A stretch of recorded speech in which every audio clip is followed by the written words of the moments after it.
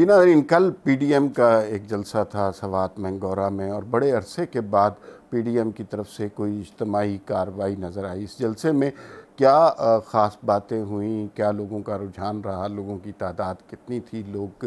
کتنے پرجوش تھے، جھنڈے کس کے تھے، یہ ہم آپ کو اس ویلاگ میں بتائیں گے۔ کل کا جو جلسہ تھا، بہت عرصے کے بعد پی ڈی ایم کی کارروائی ہوئی۔ مولانا فضل الرحمان نے اس میں شرکت کی۔ ان کی طبیعت کے حوالے سے کچھ بڑی مخدوش باتیں، خبریں سامنے آ رہی تھیں، لیکن کل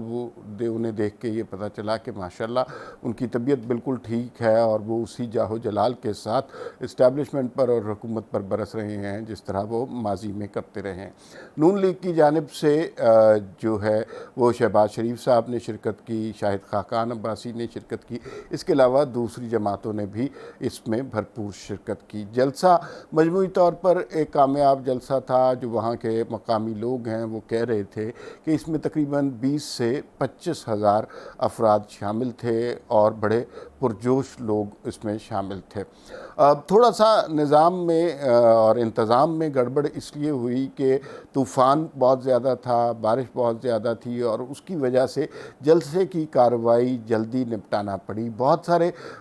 جے یو آئی کے کارکن رستے میں تھے، کیونکہ توقع کی جا رہی تھی کہ مولانا فضل الرحمان جو آخری خطاب کرتے ہوتے ہیں جلسے سے پی ڈی ایم کے صدر کی حیثیت سے، وہ آخری خطاب 9-10 بجے کے بعد ہوگا، اور لوگ اس واقعے کا، اس لمحے کا انتظار کر رہے تھے کہ اس کے بعد جلسہ گاہ میں یا اس وقت جلسہ گاہ میں پہنچے۔ لیکن وہ موسم ایسا خراب ہوا کہ اس کی وجہ سے وہ کارروائی جلدی جلدی نپٹانا پڑی، اور مولانا فضل الرحمان کا خطاب جلدی ہو گیا، جس کی وجہ سے بہت سارے لوگ رستے میں رہ گئے اور مولانا کا خطاب نہیں سن سکے۔ تو وہ جو ایک بہت بڑی تعداد ہم توقع کر رہے تھے، کامیاب جلسہ تھا، بڑا جلسہ تھا، لیکن جو بے تحاشا لوگ تھے